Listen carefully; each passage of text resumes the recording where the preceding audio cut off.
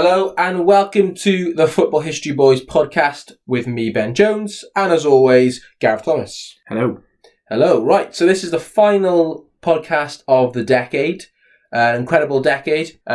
Starting off in 2010 when we were both still in school in year 12, starting our sixth form journey. The idea of the Football History Boys hadn't come up yet. That was another 3 years into the decade when we started that. Football, very different to what it is now, maybe not. Certainly from a Liverpool point of view, which is my team, they were in a very poor state of affairs back in 2010 with Paul Konchesky and the gang. Of course, yourself, Cardiff City fan, start of the decade, pretty much where they are now. Championship. But it's been a few ups and downs throughout. Yeah. So yeah, not bad. Incredible decade, and we're going to get stuck into that now for the next hour or so. Yeah, perfect. We've asked our followers over the past couple of days to review the decade for us. We've asked for your goal of the decade, your player of the decade, your moment of the decade, your funniest event of the decade, your shock or your upset of the decade, your best transfer of the decade, and also your predictions for the decade ahead for the 2020s. The 20s. Wow. Let's get straight stuck in with your goal of the decade. We've had a great fun looking through some goals, reminiscing about some of these goals. We're going to play in some YouTube clips. Of course, we don't own the rights to these, just as a little disclaimer. All YouTube. We will link them as well to the podcast once it's released, so you'll be able to watch some of these clips and remind yourselves of some of the goals. And then we'll talk about some of yours too. So Ben, kick us off. What would you say is one of your goals of the decade? Well, I was kind of torn here. It was either go for the one that I thought was just the best goal, or go to one that was more personal to me. So for the best goal that I've seen, I went for Hakan Çalhanoğlu's free kick against Borussia Dortmund in the Bundesliga, just because it's an amazing goal. He's about 40 yards out, and it's a free kick straight into the top corner. Amazing goal. Here's the commentary of that goal. A sad afternoon for Dortmund. There's hardly the preparation they needed for the long trip to St. Petersburg. Oh, can you believe that? Is that the icing on the cake or what? What a goal! What an absolute missile! A wry smile on the face of Jurgen Klopp. But what a thunderbolt! Where did Çalhanoğlu pull that one from? There we are, incredible goal. You see Klopp's reaction on the video. Yeah, pretty stunned. Describe it to us, just if you haven't watched the clip. So it's a free kick. He's 41 metres out. There's no wall. It's 2-0 up, and he just thinks, I'm going to hit this. And he smacks it into the top corner from miles out. But the way the ball moves it's ridiculous. Is incredible. And Weidenfeller and goals, he hasn't got a chance really, because it's going straight all the way, and then the last minute just moves into the top corner. Make sure you have a look at that when we link that on. Definitely. I did have another one. It was from last season, Champions League. It was Gini Wijnaldum's second goal against Barcelona to equalise, because I'm going to come to the fourth goal in a bit, because that's more to do with my moment. So, yeah, Wijnaldum's second goal, because I remember making a noise when that goal went in, which I've never made before. It was like a weird, yelpy, screamy shout. Yeah, of joy. And I've never. Yeah, that's what football can bring out of you. Yeah, those kind of noises. Shaqiri. Wijnaldum! Oh, it's three! Liverpool are all the way back! Gini Wijnaldum, the Champions League hero! Barcelona can't believe it! Liverpool 3, Barcelona 0. What a story! So there we go. Incredible goal. Header from just inside the box. I think the commentary said it all there. Yeah. Fantastic. Superb goal. What about you? What are your best goals? You've got a few, I think. Yeah, I've got a few. I couldn't narrow it down, and we asked listeners to narrow it down, but hey, we run the podcast, so we can have more than one. This one here, this is my favourite goal, just because of the context of it. This guy, Darlington Negby at the time, is a rookie, straight out of college, in the MLS. I didn't see it at the time, so this is why I've included it as a sort of my favourite YouTube goal. But it's in the decade. It's right at the start of the decade. It's a lovely, lovely strike. He sort of juggles the ball on his feet and then smacks it in. And again, I said I'll link it to the podcast once we release it, but here is the commentary of it. For his serve. Nielsen is up, only a punch, it falls for Darlington Nagbe. Oh, it's absolutely brilliant, and the Timbers are right back in it. It's a beautiful strike. It's incredible. He juggles it on his feet and smacks it in, and he's a rookie, straight out of college, and it's the MLS goal of 2011. That's a lovely, lovely goal. I'll give you... the quiz is coming later, as always, but I'll give you an extra point if you can tell me who he plays for now. He plays for the Atlanta. He plays for Columbus Crew now. He's just left he was. Atlanta, He was Atlanta, yeah. He's at Portland Timbers, because I'd always go Portland Timbers because of him. He made me love Portland Timbers, and if I was ever playing Football Manager, I'd go Timbers. Long shot Nagbe. I'd always sign him as well. He's decent. He was decent on FIFA last year. He's sort of 76, 77. So for Cardiff, he was a good signing. Yeah, loving Darlington Nagbe. Next goal. All the best. If you want to sponsor us, Nagbe, of course. Feel free. Next goal. My next goal is it's a beautiful strike. It's Gareth Bale's. You'll remember this one well. Gareth Bale's overhead kick. I don't know what you mean. In the Champions League final. Yeah. Just the dream goal you can score in a final of a competition. This links in some of the listeners as well. We got David Slocum, who's gone for Bale's goal there as his best goal of the decade, as has Kieran. He's also chosen that one too.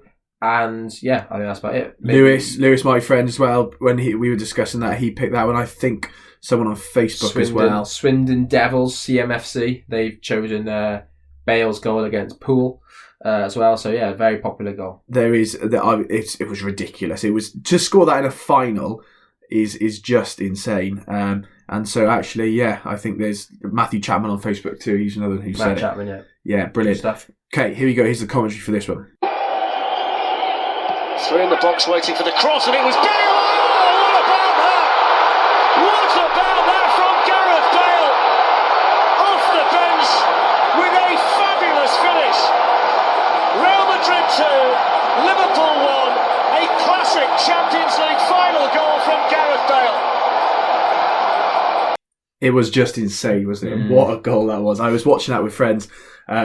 Someone took their top off in celebration. Someone was running around the living room. It was just, what a strike, because he'd come on, didn't he? He hadn't had a brilliant season. I mean, compared to some of his following seasons, actually, he'd had a decent season. But at that time, it was his worst Real Madrid season. And then he comes on and he does that. It's just incredible. I mean, you can see by the looks of Liverpool players, can't you? How demoralised they'll look after that goal was in. And you can see why they didn't get back in the game after that. So yeah, what a goal. That strike is incredible. And my final one is my Premier League strike of the decade.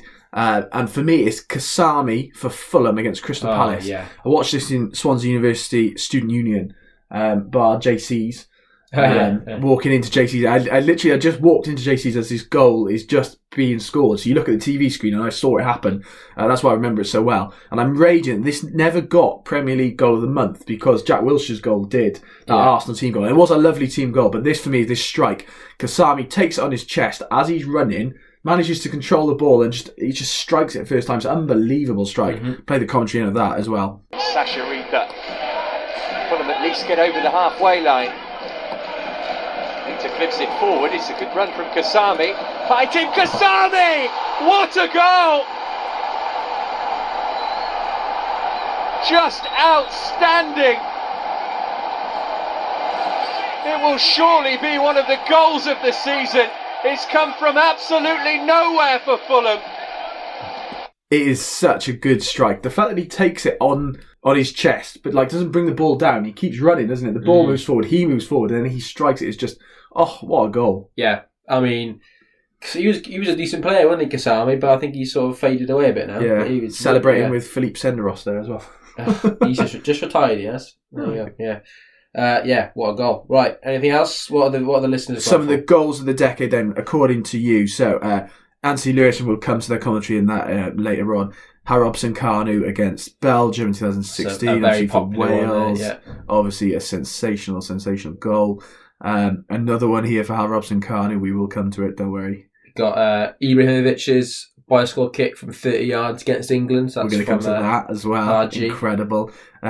James Coppinger versus Brentford in April 2013. It's a Donny thing from Follow the Trawler, a Doncaster fan. I think we'll have to try and find that, won't we? Yeah. Yeah, brilliant. We've got Outside Rights, who often tweet us. They've gone for Quagliarella's back heel. I think maybe last season or Yeah. season before. Yeah. That was yeah. Ibra v England, another one. RVP, we've had this twice versus Villa.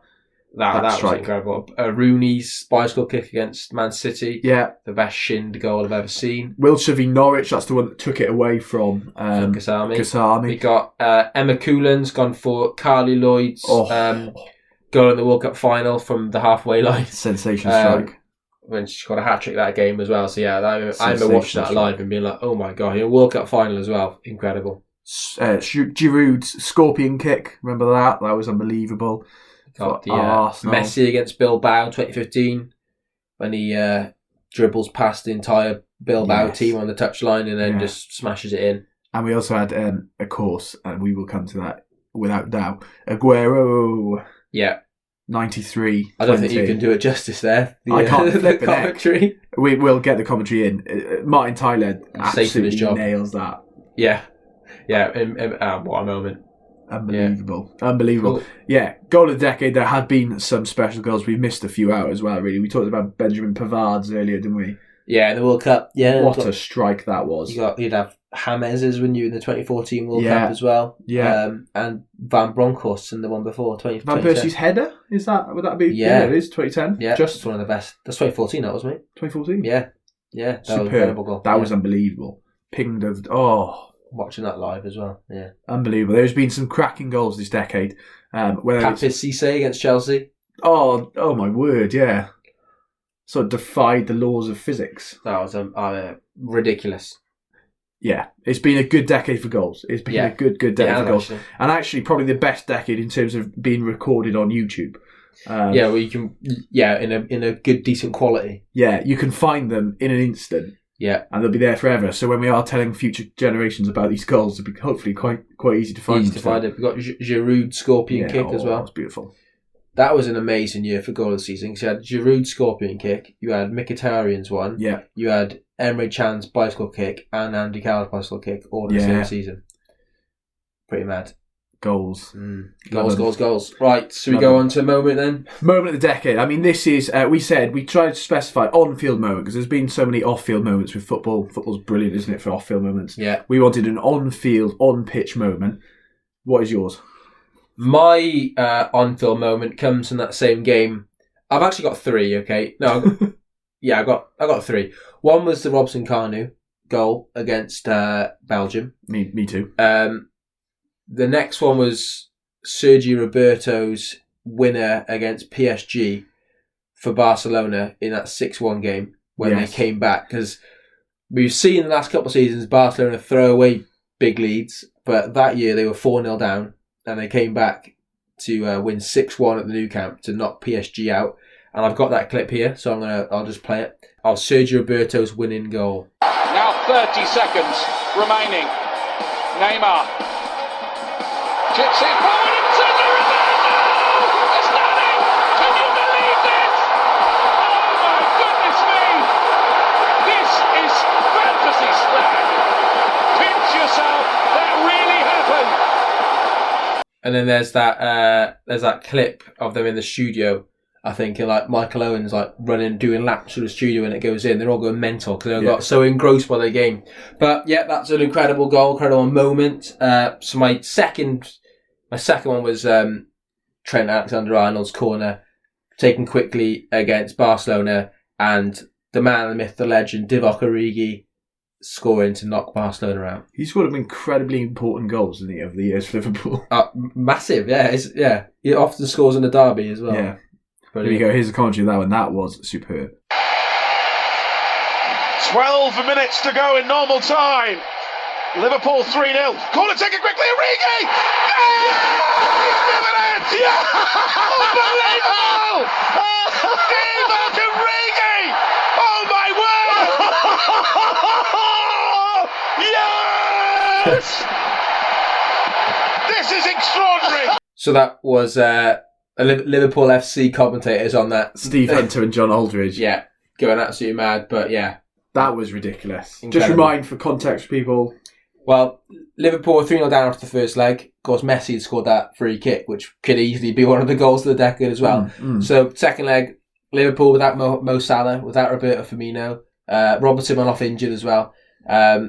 They come back to 3-0, so there's level on aggregate, and then there's a corner, and Trent Alexander-Arnold goes to take it. He actually goes to leave it for Shaqiri, but as he's about to leave, he sees Origi in the box on his own.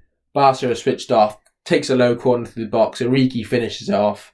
I think the noise isn't as much as the third goal, because I think half the crowd didn't even realise it happened. He's taken I think only Trent and Origi were awake, really. Even the Liverpool players weren't really watching what was going on. But watching the replay, even Origi's not.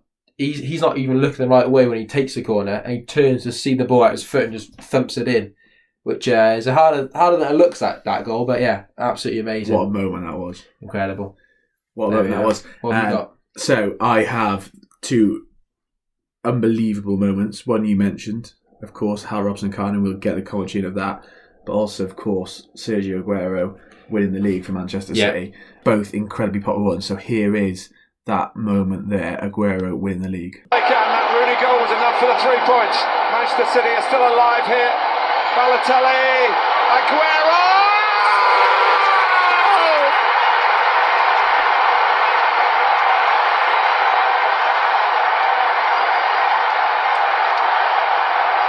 I swear you'll never see anything like this ever again. So watch it, drink it in. They've just heard the news at the Stadium of Light. 2 goals in added time for Manchester City to snatch the title away from Manchester United. Stupendous! That moment is just unbelievable, isn't it? Unbelievable. Yeah, I mean, that could easily be goal of the decade, moment of the decade, The funniest century. moment if you're Yeah. Man City fan about As someone United. said, as someone did reply to us. Yeah. Just staggering. Honestly, the most ridiculous moment to finish a title race. A race that had gone down to the wire, 93-20 on the clock of the last game of the season. United's game is finished. They think they've won the league. And then that strike. Do you remember going to the we went to the Etihad, didn't we, this year for the Football Blogging Awards? Yeah. And 93-20 is everywhere, isn't it? Around the whole stadium. Wherever you go, you see that bit of time.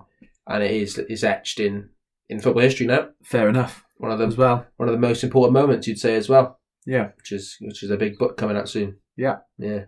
Have a look on Amazon for that. Yeah. Football's 50 most important moments. Brilliant. You may find something there. And, of course, here is the commentary. For us, not just as Wales fans, I think, it's just a staggering moment anyway.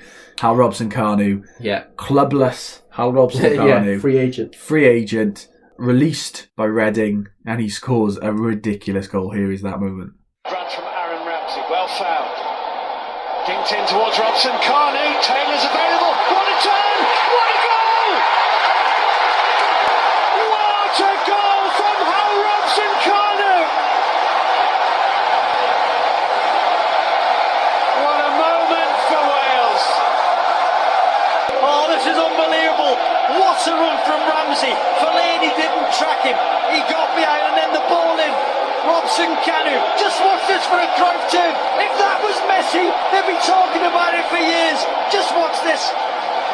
See you later, Meunier. See you later, Denier. See you later, Fellaini. He had the composure to open his body up, stick it past Courtois. 2-1 Wales. Great scene. I think that is a moment I will never ever forget. No, me neither. I think the third goal as well, Vokes' one as well. Yeah.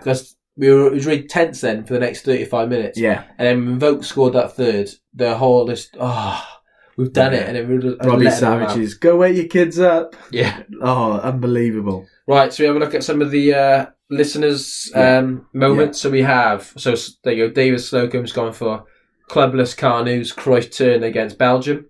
We got Anthony Lewis, he's gone for Aguero's goal against QPR. Lewis Williams, Aguero's goal as well. Kieran has gone for Robson-Kanu, sending the entire Belgium defence the wrong way.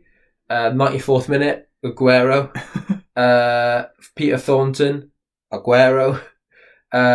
We got, this is a big one. Follow the Trawler's gone for Germany versus Brazil, World Cup 2014, the 7-1 game. I mean, you got to say that's probably one of the biggest moments. That Brazilian team in their own World Cup, the semi-final, losing 7-1. I've gone 7-0 down at one point to Germany, and it could have been more, couldn't it, that game? Incredible moment.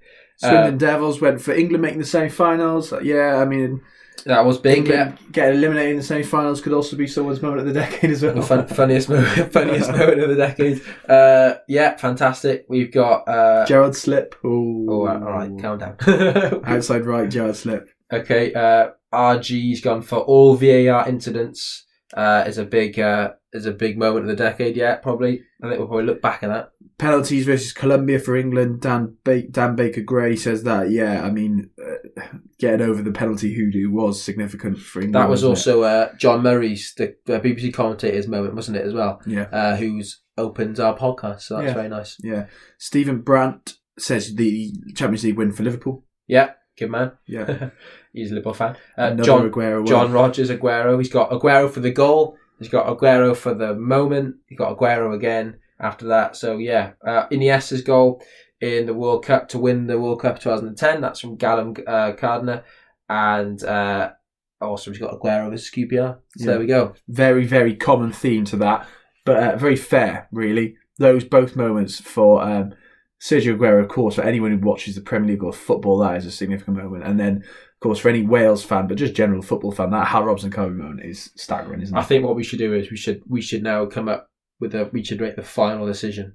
Do a on poll. The moment, and we should, me and you, mate, should make the final decision. Moment of the decade, go. Aguero. I'll go Aguero as well, purely because it is a big moment, and also what most of the listeners have said, what you've said. So Aguero goal against QPR is the moment of the decade. Wow. What about your goal then? We could better choose the goal as well. Goal of the decade. Bale. Okay.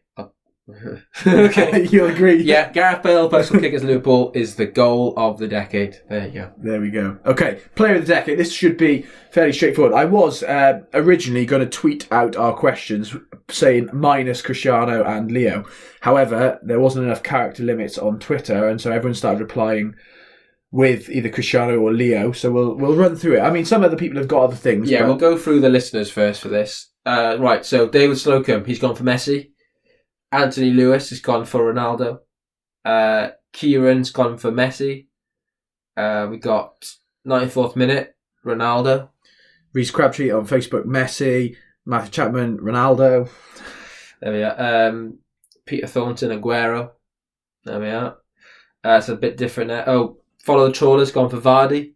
Jamie Vardy. From where he was to where he is. Yeah, very fair point. Swindon Devils, Ronaldo. RG, Ronaldo. A lot of support for Ronaldo here. Yeah. I'm surprised Messi's only had a few. Outside right, there's no single outstanding player. There's been a few outstanding players. I guess no one single yeah. Over anyone else. I guess the thing is, you can't really go ahead of. You can't Messi and Ronaldo. It's very hard to split them, isn't it? One better than the other. Yeah. Steve Brandt's Messi.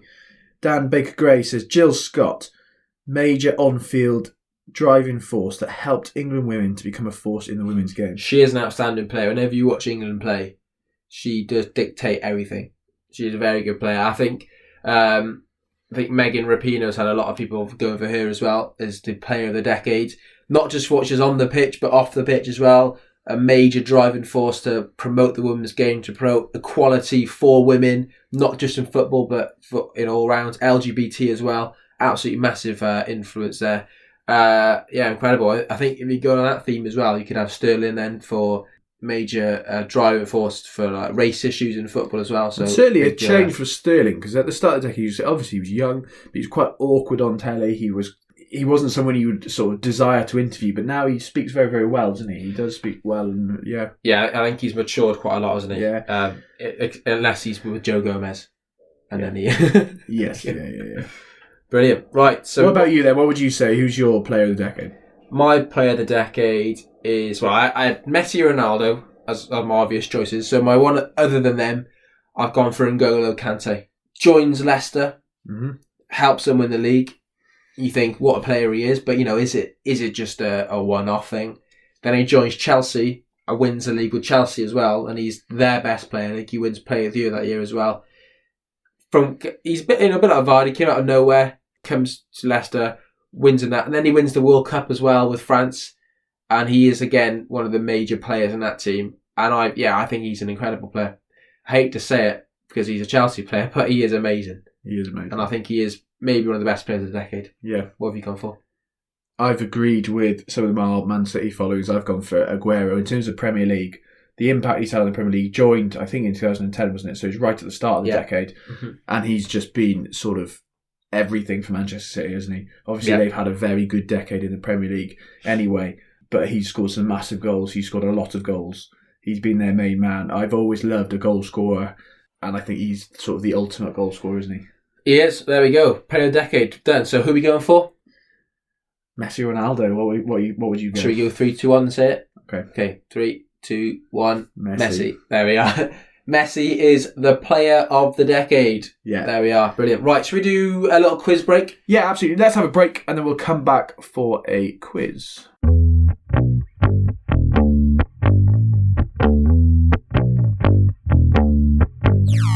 Right, it's time for the quiz of the decade. It's on the BBC website, so if you want to give it a go as well yourself, head over to BBC Sport and it says quiz the Premier League in the 2010s. So this is our quiz.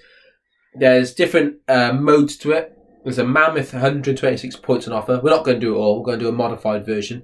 I think we should try and get the top 5s, maybe our top 3s in each one. Okay. So first of all, it's who has scored the most goals in the Premier League in the 2010s. I'm going to let you do the answering actually, and I'm just going to give you some clues if you need them. Cool. Okay. So who scored the most goals in the 2010s? Okay, press start quiz. Okay, so there are clues. If you want clues, you can ask for them. Harry Kane.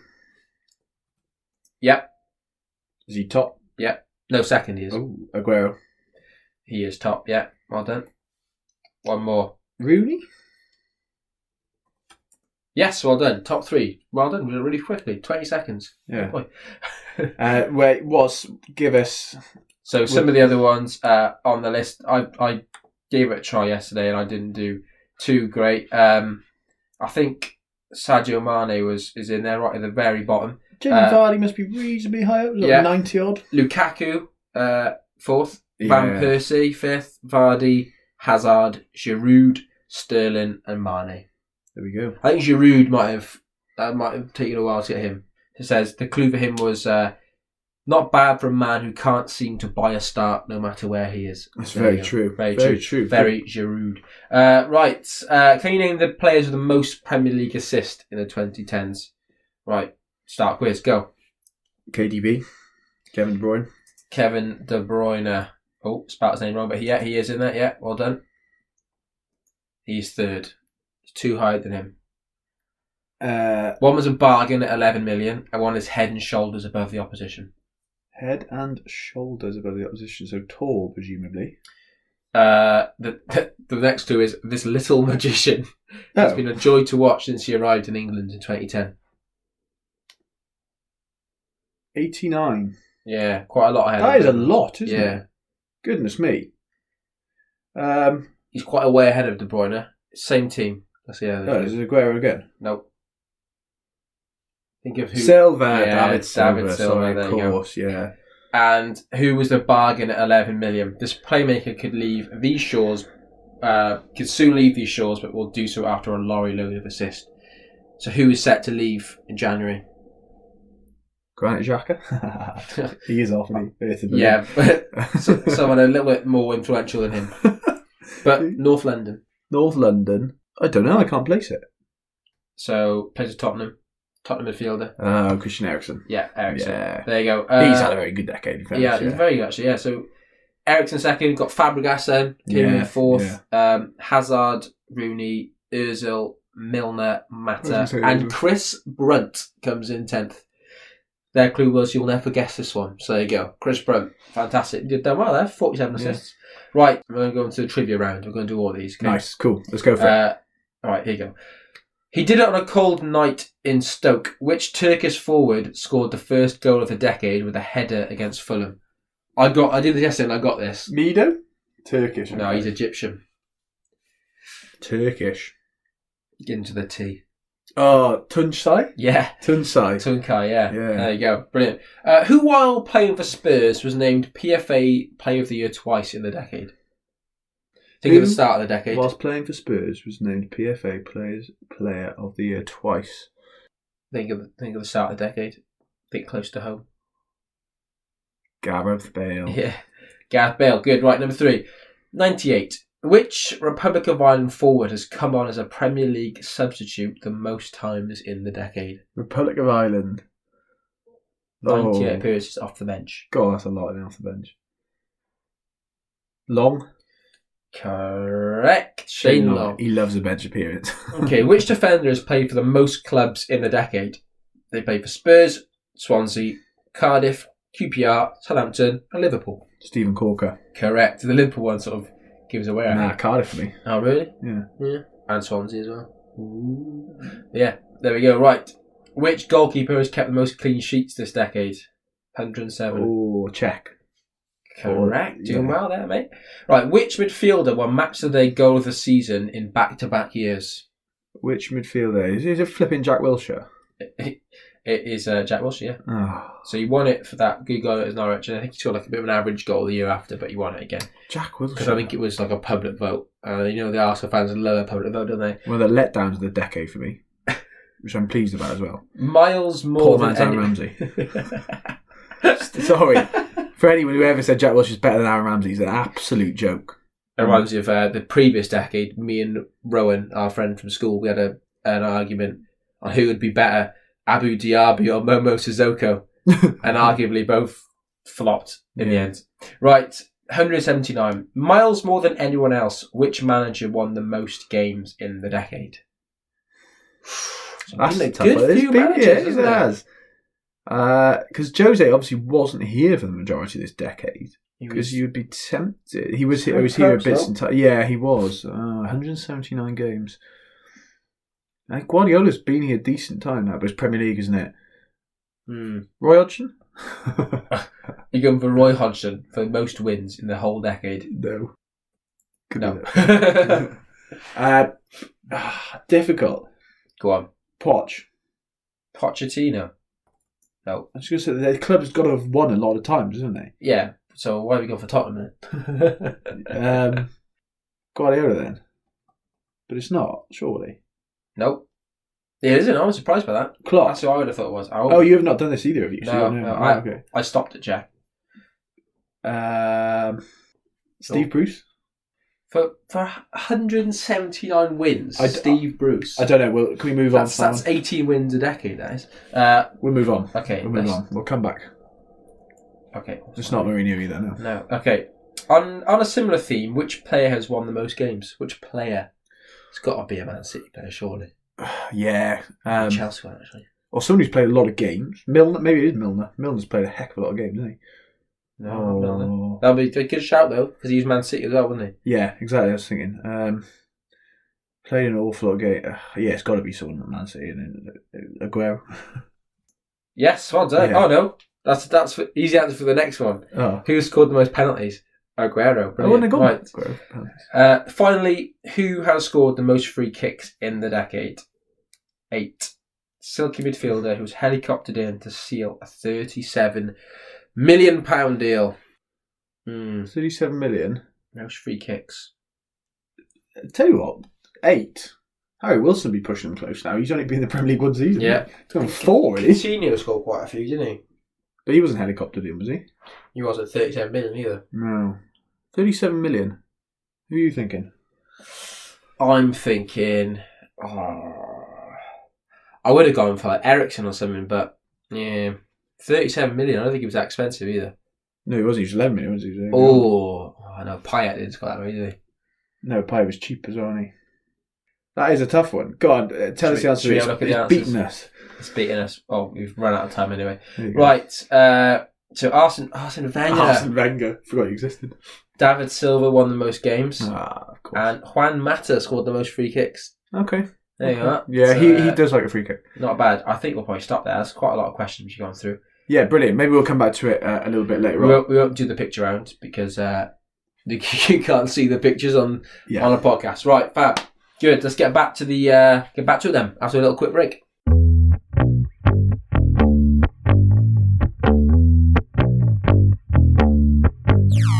We're back looking at question number 4 that we asked our viewers. What is the funniest moment of the 2010s? So mine is based on the fact that I'm Welsh and Euro 2016.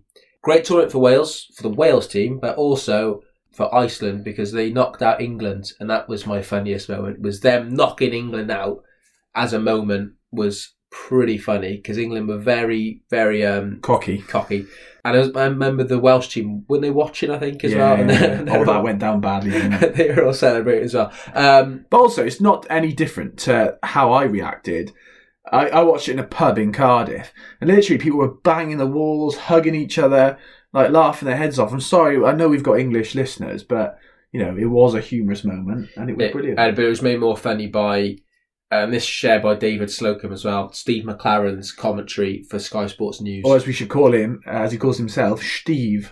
Steve McLaren. Yeah. Steve, after his famous interview when he was in Holland. Shall we hear it? Let's have a little listen to that because it's brilliant. When I came here and Champions League, Liverpool or Arsenal, I thought maybe one of them we would draw, and it is Arsenal.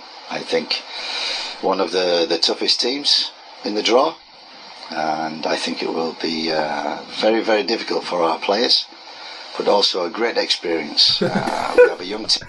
I don't know why he does it. I don't know why he goes does it. back to his northern accent at the end. Great experience. Yeah, brilliant. Fantastic. Anyway, here is him narrating on Sky Sports News Iceland's second goal. Response, you'd think that no problem, start again, keep dominating, keep getting pressure on the Iceland back four. The only thing that they have got is the big boy up front, Sigurdsson, who really, Sigþórsson. Oh my words. Oh. Talk us through that, Steve. I think we know what's happened, but talk us through it. Oh, just saying, Sigþórsson is the only real threat. Every time they're winning the ball, they're playing the ball into him and he's causing problems. Smalling, is not dealing with him very well. Again, a little loose ball from nothing, absolutely nothing. Smalling tries to challenge Sigþórsson, goes to ground, slips, he shoots, and it squirms under the fingers of Joe Hart. Well, when we were disappointed that he conceded when we were watching the Wales. Unbelievable. Yeah, just amazing. And Joe Hart, not a great decade for him. No, he said he started the decade well, didn't he? But sort of finished it in a very, very negative way. Yeah, there we are. Hilarious. Right, what have you gone for? So that was one of mine. I've also just said Mario Balotelli in general. Yeah. As a person. Why always me? Why it was me, that was unbelievable. After he set fire to his curtains with a firework, reported in the papers, and then turned up the next day, I think it was, wasn't it? Obviously in a 6-1 thumping of Manchester United, with a why it was me top underneath, as in why I was being targeted. Because you do silly things, Mario. Made funnier for me, because the next day in uni, or maybe 2 days later, you came in wearing a Why Always Me t-shirt. You got one within a few days, and you came to the lectures like, look everyone, tick it off. It was amazing. Oh, brilliant. Yeah. But also, just hilarious. The stories of Balotelli, rocking up back home from after to go into somewhere like John Lewis or other supermarkets are available like that. But he came back with a trampoline or something like that, didn't he? I think his mum had sent him out to buy various supplies for his new house, and he came back with a trampoline and this and that and all these different things. Driving around Moss Side with loads of money, just handed out to Man City fans. He's like just an incredible guy. Flipping love. So that moment, Balotelli. Why Was Me was shared by Anthony Lewis, who chose that one as well. Yeah, brilliant. My other one, though, is just another piece of commentary I want to play you guys, is Stan Collymore reacting to Zlatan Ibrahimovic's overhead kick, which some people have talked about as their sort of goal of their decade. But this is a superb moment, and the commentary of Stan Collymore makes it even better. Here we go. It's been a very good game, very worthwhile exercise for both teams. Got big games coming up in qualifiers, of course, as we reconvene the internationals in the springtime. Well, there's a long ball through, and Oh my God, an insane goal! I've just seen the most insane goal I have ever seen on a football pitch. Incredible Zlatan Ibrahimović. World class. Joe Hart has come off his line, headed the ball into the path of Ibrahimović, who has just lobbed the ball from long distance beautifully, like a trick shot, into the back of the net. And it's Sweden 4, England 2. Oh my days, Zlatan Ibrahimović. I want to go and give you a man hug. That is the beautiful game, played in a beautiful way. Oh my days, what a finish, I've just seen it again. Joe Hart tries to clear his lines on the edge of the box. It's up in the air. He does a bicycle kick from a ridiculous angle. Shawcross is backpedaling and it creeps across the line. Ryan Shawcross, England centre back. That's quite funny as well. Yeah, that is funny. 2012, that was. That was insane, though. That was insane. Yeah, fantastic. Right, listeners then. Kieran's gone for Bale holding the Wales Golf Madrid flag. Yeah. I don't think any Madrid fans would agree, but yeah, fantastic. Reece Crabtree. Manchester United signing Alexis Sanchez and thinking it would solve all their problems. It's a bit like Arsenal signing David Luiz to solve their defensive problems. Yeah. We've got, 94th minute, gone for McLaren as well. Matt Chapman's gone for McLaren as well. Follow the Trawler's gone for Mohammedi's failed throw-in at the World Cup. That was a good funny moment. Funny. Yeah. Was that when he tried to do the flip, didn't he? And he bottled it and didn't. Yeah. RG's gone for VAR. Yeah. It's funny how it's been used.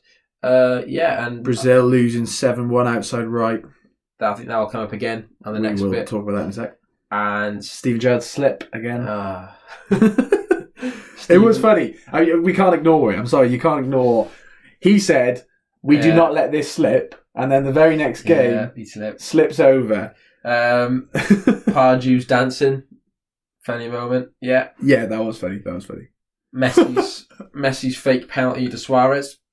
Yeah, there's been a few. Chatting to my friend Lewis about it. Mike Dean celebrating the Spurs goal was pretty funny. Yeah. It was more. He was celebrating. I think he was celebrating the fact that he played on and a goal was scored. But he does look like he runs away with his arm in the air, like celebrating. Like a Shearer celebration. Ashley Young when a bird pooed in his mouth. I seen a video recently of him trying to say it's not that. But it is. It so is. It's horrendous, that. Brilliant. Right. Gerrard slip. Gary Neville's commentary as well of the Torres goal was funny. Yeah. Funny. Yeah. Fantastic. Right. Shall we go on to what's next? Oh, and sorry, just a final one. It didn't happen in the year awards. Everyone follows that. It's funny, but Wayne Hennessy trying to get away with a seeming Nazi salute by saying that he was didn't know what it was, covering his hand to increase the volume. Covering his mouth to increase volume and then raising his hand to wave to the waiters to tell him to hurry up to get the photo on. Oh, unbelievable. Yeah. That might be the most embarrassing moment. How he got away with it, though, is the crime. I think funny moments could be anything in the FA does. They're pretty rubbish, aren't they? Yes. Right. If you want to sponsor us, though, that's... Yeah, fine. Right. Upset or shock of the decade? Okay, so I've gone for...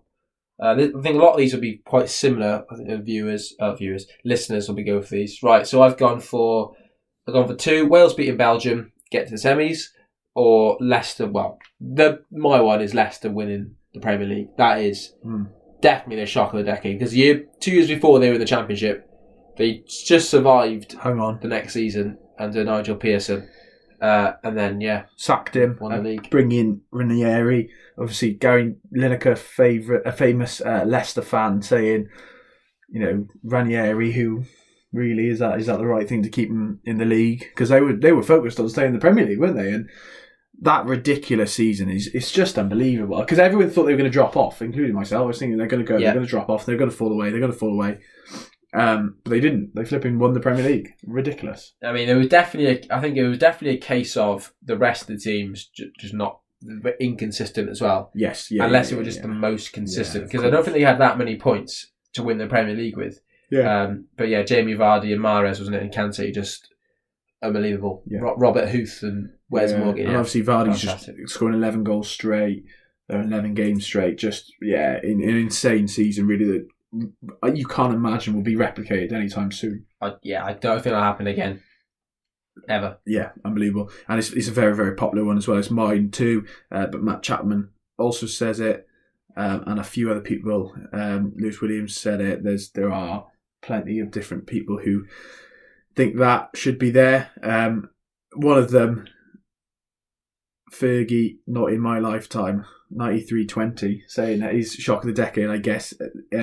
Fergie saying that Man City will never win the league in his lifetime. Of course, Man City do. They've won it a fair few times now. Yeah. We got the 7-1. Yeah, Brazil. And that'd be my second one. We were talking about that earlier, weren't we? Where we watched it and remembering, and just the shock. I was in a pub in Cardiff again watching it. I was watching with a non-football fan actually, and he was acknowledging his sort of non-footballing knowledge that this was something quite shocking. 5-0 after, 20-odd minutes, 25 minutes? Yeah. Unbelievable. Yeah. I watched that with my mouth wide open. I just couldn't believe what was going on. Unbelievable. So I think we can definitively say the shock of the decade is Leicester's Premier League win. There we go. Right, what have we got? Number 6. Signing. Transfer of the season. Transfer of the decade, sorry. Transfer of the decade. Who have you gone for first? I was a little torn on this. I think so I sort of cheated because I didn't go for a specific transfer. I've gone for the joining of the Premier League of the likes of Klopp and Pep. Okay, so their moves to the Premier League, their transfers to the Premier League. I like it. Thinking outside the box, very good. Because, and we watched Gary Neville's Unscripted in his review of the decade, and there's been loads of reviews of the decade on. And you look at the Premier League in 2010, and you look at the Premier League now, and I always used to get wound up when we were in school. We talked about it, year 12, year 13. People were saying the Premier League's the best league in the world. And we think we're both in the camp of no, it's not. Actually, probably La Liga's better. It wasn't, yeah. Bundesliga's better. You look at it now, I think definitively the Premier League is the best league in the world.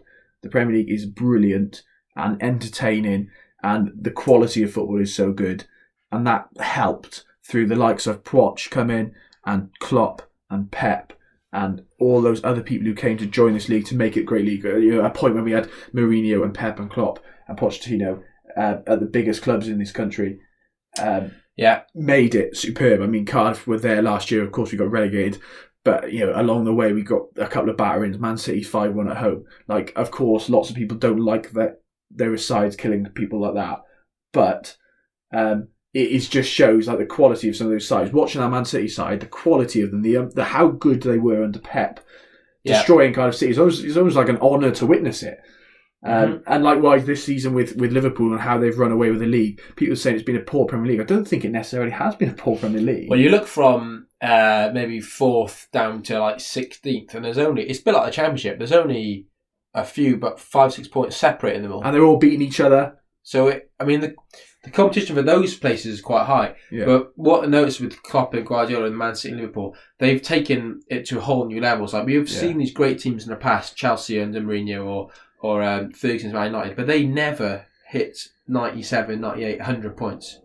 Liverpool came second last season with 97 points. It was probably the best title race ever. Other than because how close it was. But how high the quality was. They just kept winning and winning and winning. Yeah. But also what you said before is Guardiola leaving La Liga and leaving the Bundesliga, and those leagues have declined since. Mourinho leaving La Liga, that league's declined. Yeah. Klopp leaving the Bundesliga, and that league's declined. So when they've left and they come to the Premier League, the leagues that they've left have got worse as a result.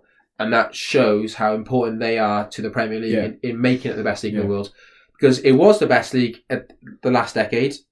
And then the start of this one, you look at the Champions League winners and stuff, you look at the Europa League winners, and it's all La Liga, La Liga, La Liga.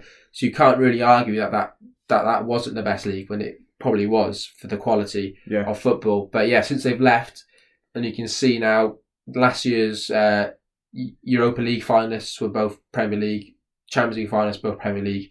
Be very surprised if it wasn't again this year in the Premier League. Liverpool and Man City final or something like that. So it's I agree. I quite like that. Yeah, I refuse to believe that the Premier League is not strong because of that European impact. You look at that, and people say, well, Wolves are beating Man City, whatever. Actually, I think Wolves, if they played in the Champions League, would do a pretty decent job in the Champions League now.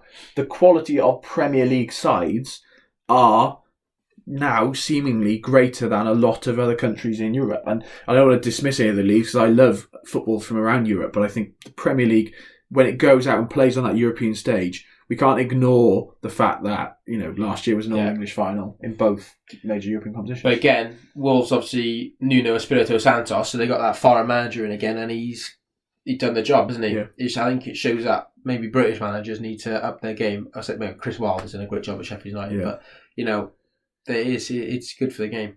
Yeah, it is good for the game. In Britain. Have you got a specific transfer? I sort of cheated. Yeah. Have you got a specific transfer? I mean, there's a few bargains. I've gone for Liverpool again. I could have gone for Robertson for 8 million. I've gone, even though it's a big transfer, I've gone for Van Dijk because there's rarely a transfer is made where you see such an immediate, massive impact. Not just a little impact. It's huge. For his first game, he scores the winner in the Merseyside derby.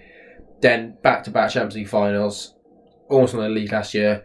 They're seemingly walking away with it this year, and he has made that huge difference because it was always, but their defence isn't great. But their defence, him and Alisson have come in and just completely revolutionised it. And I think he's an incredible signing. Lewis Williams as well said Van Dijk, he agrees.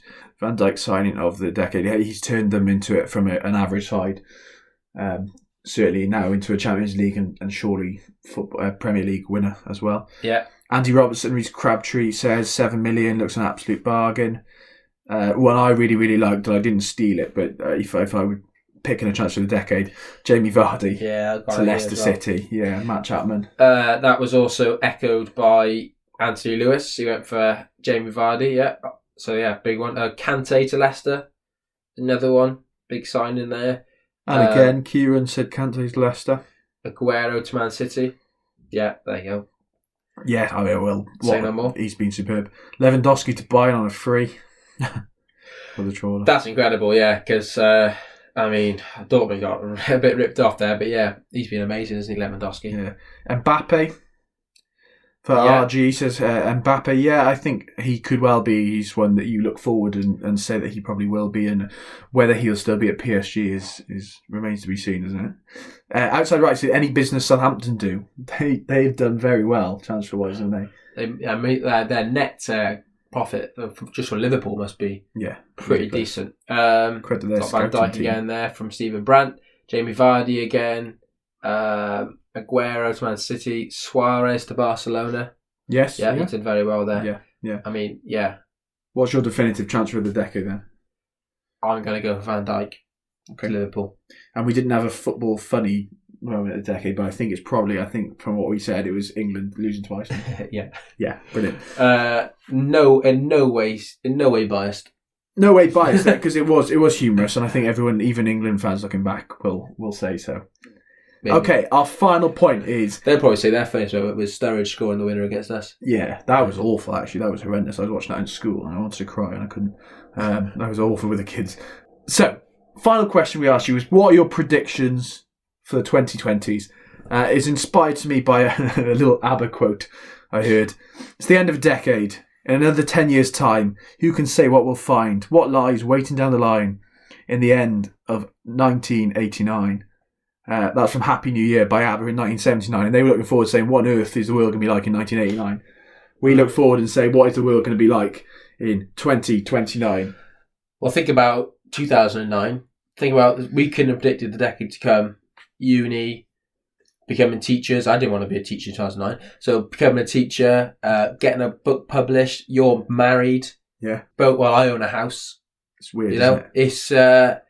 It's bonkers to think of how much has happened in the last 10 years. And by the next 10 years, we'll be 36 at the end of 2029. So, pretty mad. So, what's to come in football, though, is what we really care about. Crazy. So what are some of your predictions? One of mine, to kick it off. Go on. I do think... So football effectively is protected until 2025. That is where European football is. And everything's been guaranteed until the end of 2024 season. Beyond that, football is up for grabs, really. So I do think, and we've talked about it in the past, but I do think a European Super League of some sorts will happen. You think it definitely will happen? Yeah. In some way. By the end of 2029, I think there'll be a European Super League. I've got two predictions. The first one is that I think we've seen it at the end of this decade with Amazon streaming all the games online, and I think all Premier League games by the end of the next decade will be streamed, and that's going to change football completely. The viewing, how people go to games, will the experience in the stadium be adapted then to suit the fans who go to them and don't just stay at home, and will there be a way of immersing them into a more immersive experience in the ground? My other one is that I think the Premier League are going to dominate the Champions League for the next 10 years. I think it's going to be echo what La Liga has done in this decade, but Premier League, they're going to dominate the Champions League. Yeah, it'd be interesting to see whether that happens if there is an end to sort of Pep moves on and what happens in that way, whether Klopp stays the whole time of the rest of his next contract. I think he will, because I think on the same day, wasn't it, Steven Gerrard signed a contract to 2024 at Rangers. Yeah, interesting. Definitely something. So probably by the end of the decade, Gerrard will be manager at Liverpool, you'd think. Yeah. Well, by midway through the decade. Yeah. I agree. I think every Premier League game will eventually be available on a subscription service. I remember on my holiday this year, I was with a couple of friends and we were chatting about, we were trying to work out the finances of it for the Premier League. How much would you have to charge everyone to be able to show every game? I know it's available in other countries. I think United States, isn't it? Yeah, and I think Germany, you can buy like your club's pass and you get everything there. So I think that will happen. You know, there's rights and wrongs of that. How that is for a fan going to the stadium, and then, you know, will it affect viewership in terms of people just staying at home to watch the games? You said for the bigger clubs, I think you're right. I think people will still fill their stadiums. However, for smaller clubs, if that happens in the Championship, say, will that affect? Will people just go just go watch this game at home? Don't know, but I think it's almost certainly going to happen. My slightly gloomier one, potentially a financial football crash. At the moment, it looks like the finances are just growing and growing and growing in football. But we've seen Bury go under. We've seen Bolton get into massive financial trouble. You think the big clubs will be okay. Macclesfield as well, and they struggling. But you do worry whether at some point will we see a crash where a load of football clubs go through because they just can't afford the sustainability of the model and how much they're spending on transfers and wages and everything. Would that echo 1929 with the Wall Street crash? The Green Street crash? Quite possibly. But I hope it doesn't. But I do think at the moment football is in such a financial place. Surely it cannot keep growing and growing. It can't be sustainable at that level. Okay, so looking at some of your shouts then, let's have a look. We've got Dave Sokum says Messi is going to win a 7th Ballon d'Or. I think that'll happen. Yeah, I think you're right. 7th, 8th, 9th. However long he plays for. But they'll probably retire. I thought that yesterday. This will be the end of the Messi Ronaldo era. Oh my gosh, that'll be weird. Might be how it's looked upon. Yeah, in the centuries to come. Yeah, Anthony Lewis, massive Leeds fan, says Leeds will return to the Premier League. I think that will happen this year. Tony, I think that's going to happen this year. I know Leeds fall away, and that is historically what Leeds do. But I do think that'll happen, and you'll get back to the Premier League. Yeah, they got Bielsa, haven't they? What a manager he is. Yeah. VAR to be used for throw-ins and corners, and it will be sponsored by Kieran here. I absolutely agree. I think VAR will be sponsored. VAR will be sorted out, hopefully, in the next 10 years. Hopefully we'll actually have an understanding. Generally, off that point, though, I think we will see perhaps a new offside law coming. I think probably we'll see a new handball law sort of solidified.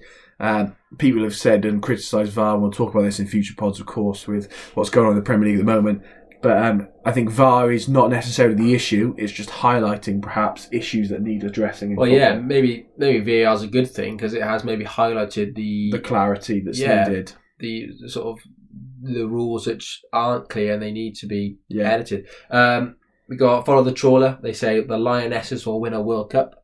I agree. It's quite a good, good prediction. I think there's a lot of a massive boost to women's football, and if this decade that's just gone by is. It's got to be one of the biggest in women's football.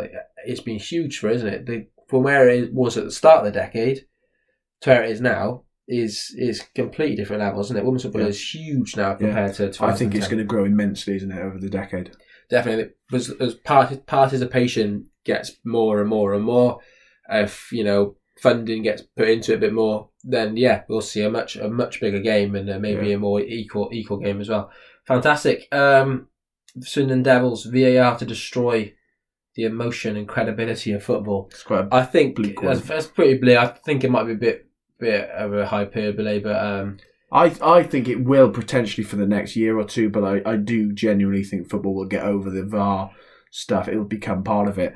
That's a good one. Yeah, RG 48-team World Cup will create big unexpected results. So that is soon, isn't it? So it's like 2026, isn't it? So that'll be the the last one of that decade. 4-18 World Cup played in America, Mexico, and Canada. Definitely affect the quality of it. The quality will go down, but then you never know. The smaller teams get into the World Cup, they might get a bit more, like I said about funding, a bit more impetus into their national games. Like when Wales qualified and Iceland qualified, they've carried it on and qualified for the next one as well. So it shows that success often can bring with it more success. So there you go. England men's and women's teams will actually win silverware from outside right. As much as I hate to admit it, I think England are going to win something this decade. I think they might win the Euros purely because of how it works out with all the home games. Yeah, we talked about that earlier. Dan Baker Gray says scrap VAR. I don't think that's going to happen. Sorry, Dan. I don't think it's going to happen. I think he's here to stay. Steve Brandt says Liverpool are going to win more titles, more than the little clubs of Manchester United, City, Arsenal and Chelsea. It's a bit partisan there, but I think they'll definitely win a few more. I wouldn't write off Man City. I think they'll win a few more. Arsenal, it's going to be a big decade for them because they're starting this decade a bit where Liverpool started the last decade, bottom half of the table. Gone a few managers, not great signings. The 94th minute says the Euro Super League will almost certainly come in, or certainly regionalised leagues like the Benelux League, so where countries start to merge leagues. Iniesta to return to Barca, maybe his manager. Xavi as well could be in it as well. And Neymar to return to Barcelona. Yeah, Neymar and Iniesta. That was interesting though. Do you mean Iniesta in terms of a managerial position? I'm guessing, yeah. Presumably. He's pretty old now, isn't he? Presumably. John Rogers, Aguero will be missed by Man City. Yeah, massively. What's that? Someone said Leicester win the Premier League, did they? Oh, the return to the Premier League, sorry. Leeds. You never know. Leeds to return to the Premier League. Brilliant, there you go. Brilliant. Yeah, thank you very much for that. We will continue to read and retweet some of these. As I said, we'll put up some of the links to the goals that we've played you the commentary of too. But other than that, I think all that's left for us to say is have a very happy new year. Have a great start to the decade. Great start to the decade. If you're looking for any sort of presents to start the decade, you can head over to Amazon. You can type in football's 50 most important moments. You can find a great book there. Written by us. Pre-order it. It's released in April 2020. Yeah. That's very exciting. Other than that, though, get in touch. All the usual places. Hardback. It is a hardback. So, on Twitter, at TFHBS. You can email us at thefootballhistoryboys@hotmail.com. Or search us up on Facebook, The Football History Boys. And it'll be great to hear from you. Great to interact with you as we head into a new decade. Hopefully a big one for football. Hopefully a big one for the Football History Boys too. So we'll see you next decade. Happy New Year.